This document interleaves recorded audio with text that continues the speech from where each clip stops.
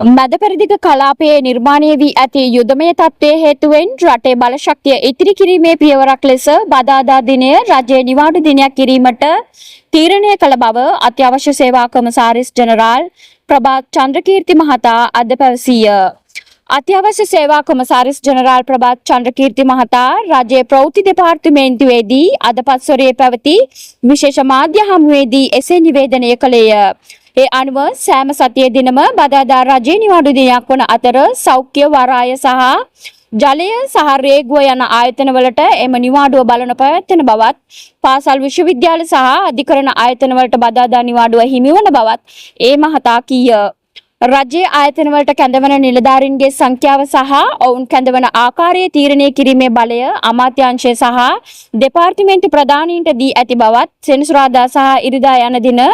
රාජ්‍ය සේවයේ නිවාඩු දිනයන් වීම නිසා ඉදිරියේදී මුහුණ දීමට සිදුවන තත්ත්වය පිළිබඳව පුරෝකථනය කිරීමේ හැකියාව ලැබෙන බවත් චන්ද්‍රකීර්ති මහතා සඳහන් කළේය. සීලූම රාජ්‍ය උත්සවය නැවත දැනුම් දෙනතුරු తాවකාලිකව අත්හිටු බව කී චන්ද්‍රකීර්ති මහතා බදාදා නිවාඩුව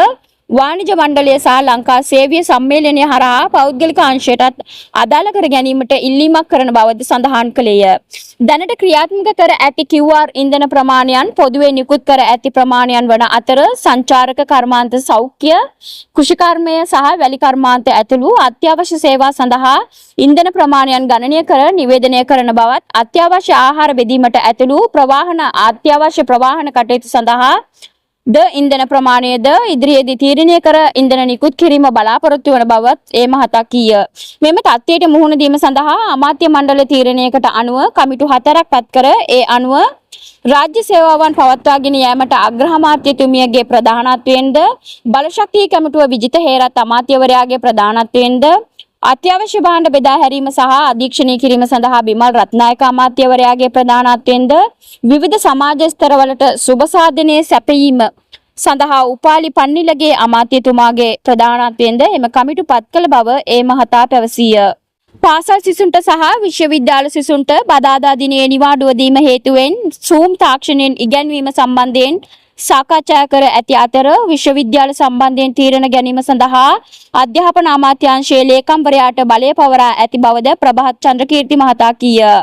අලුත් අවුරුදු නිවාඩුව අප්‍රේල් 10 වෙනිදා ආරම්භ වන අතර මේ සියලු දේ නිසා යම් බලපෑමක් පාසල්වල විභාග සඳහා යම් මට්ටමේ බලපෑමක් ඇතිවිය හැකි අතර ඒවා අපට වැළැක්විය නොහැකි බව කී චන්ද්‍රකීර්ති මහතා පැවසුවේ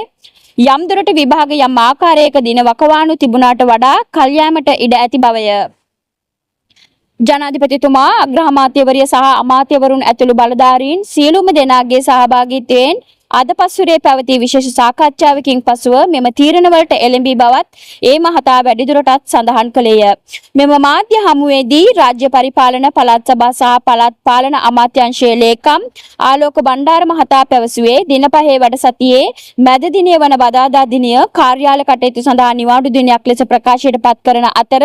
බලශක්ති පරිභෝජනය අඩු කිරීමත් ඉන්ධන සංචිතයන් දීර්ඝ කාලයක් පවත්වාගෙන යාමට සහ අර පිරිමැස්මෙන් පාවිච්චි කිරීමට මෙම ක්‍රියාමාර්ගය ගෙන ඇති බවත් පාසල් වලටත් එම දිනේ නිවාඩු දිනයක් ලෙස ප්‍රකාශයට පත්වන බවත්ය.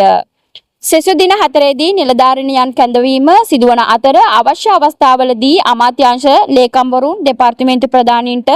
තීරණගත හැකි තත්ත්වයක් ඇති කිරීමට බලාපොරොත්තු වන අතර ප්‍රාදේශීය ලේකම් කාර්යාල, දිස්ත්‍රික් ලේකම් කාර්යාල,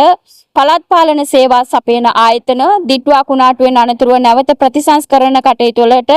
බාධාවක් නොවිය යුතු ආකාරයෙන් දිස්ත්‍රික් ලේකම්වරුන්ට තීරණ ගැනීමේ හැකියාව ඇති බවද බණ්ඩාර මහතා පැවසීය. විදුලිය සහ ඉන්ධන අර පිරිමැස්මෙන් භාවිතා කිරීම සම්බන්ධයෙන් 2022 වශයෙන් නිකුත් කළ චක්‍රලේඛයට අනුව එය තවමත් වළංගු බව කී බණ්ඩාර මහතා පැවසුවේ අත්‍යවශ්‍ය කොමසාරිස් ජෙනරාල් වරයා පැවසූ පරිදි සියලු උත්සව සම්මන්ත්‍රණ කටයුතු